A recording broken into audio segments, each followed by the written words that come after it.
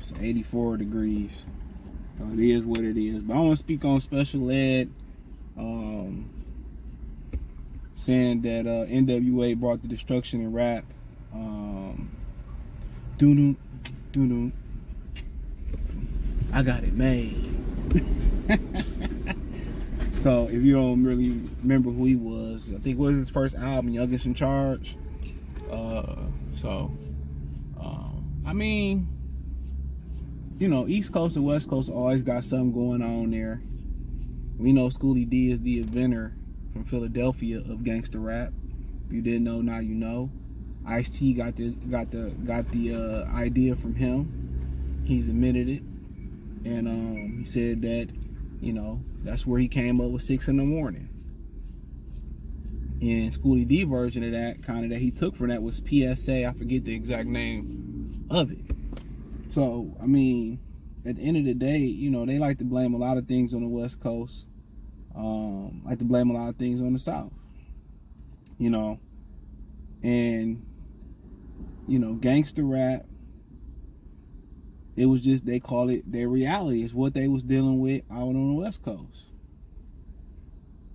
You know, police jacking them, you know, selling dope. I mean, it was going on across America. It was going on across America. He said they ran away with it in such a fashion that pretty much it became contagious, and that's why, you know, he gave them the credit for the destruction of rap. You know, but it's deeper than that. Their impact on rap is deeper than the powers that be and what they doing today with Sexy Red, and what they doing today with Lotto, what they doing today with the Young Thugs, and how they mixing in certain agendas in hip hop, and they using hip hop to destroy the culture. There's no integrity on the radio. See, they didn't really want to play NWA stuff, but they found a way to syndicate it. It was so good they played it. What they did back then got, you know, it didn't have as much bearing. It don't have nowhere near as much bearing as what they doing today and what they done. When they found out that they can use, you know, violence and killing to put, you know, in the music, to put kids in jail, and they can invest into the jail system, and they can profit off of the destruction in the black community, they was like, oh yeah, when they can monetize gangster rap, yeah, for sure. But what they done, how they did Bobby Smurder and L.A. Reid, left him hanging, wasn't even there when he got his sentence and all that. You know, they done, you know, they profit off a lot of you know, young men and women going to jail. You know, the powers that be that use the system to profit off these kids, put them in 360 deals, use them up, take their publishing, take their masters,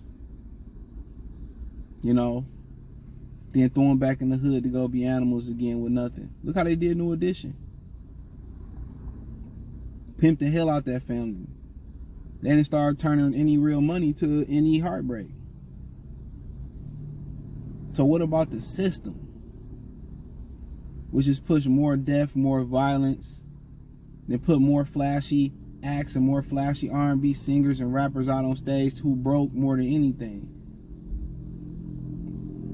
The true destruction of hip-hop started when the powers that be found out how profitable it was. You know, it ain't never, like Chris Rock said, it ain't never been a large portion of positive music, positive rap. But at least you had some positive rap. They didn't took most of that all the way out. You gonna blame that on NWA? Putting all these making these acts financially, I mean, or business or music business illiterate, you gonna blame that on NWA? When Sam Cooke and James Brown and what is it, Wilson Pickett, all of them was very, very smart, owned a lot of their music, They was financially literate. They might not have had the most educated, but they understood the business. We went from that to putting acts on stage broke. Went from you can get with this, you can get with that. We went from electric relaxation to my thing is pink and my booty hole is brown. You know, I can be a BITC, you know, from a song that's Wonder Why They Call You B. And a song which was really telling Lawrence Tucker and a lot of people, this is why, you know, this is why they say that about you. So we gonna put all that on them. When if we just talk about gangster rap, the origin of gangster rap started right in Philadelphia with Schoolie D. You know, then Ice-T had it before them. Then Quick and NWA came out around the same time.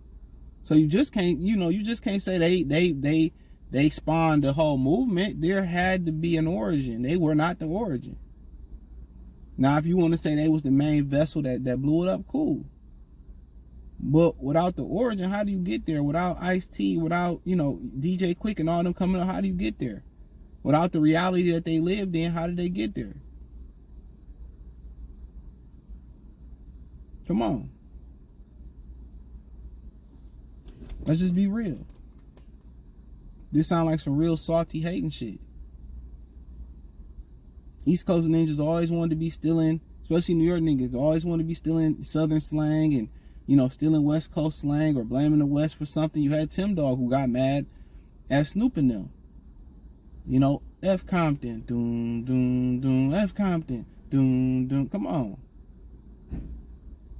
And New York got some nerve, and I ain't got nothing again, nothing but love for y'all. But y'all got some nerve to be around here, throwing anything around, and y'all be letting Fat Joe and them Puerto Ricans call y'all the N-word, but then talking about they European Puerto Ricans. Letting them Dominicans call y'all the N-words, and they say, I'm not black, I'm Dominican. Like, come on. Come on, freely calling y'all the N-word, and don't identify with none of the causes and nothing that you stand for.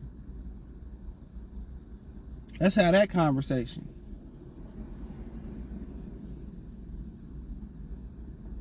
Let's have that conversation. Just keeping it real. So, it is what it is.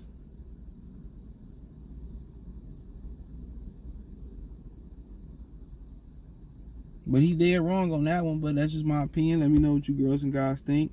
Thumbs up the video, share the video, subscribe to the channel. The subscribe button is the bell icon button. Hit all notifications, increase your chance, get notifications. We go live or drop video financially. I want to support the channel. Cash App $CJ Good 313, Venmo CJ Good 313, PayPal link in the description. Hit the link tree. Find me on Twitter, Instagram, Spotify, Anchor, Cash App, Venmo, PayPal, Apple Podcasts, Google Podcasts, the whole nine. Appreciate the love and support. Peace.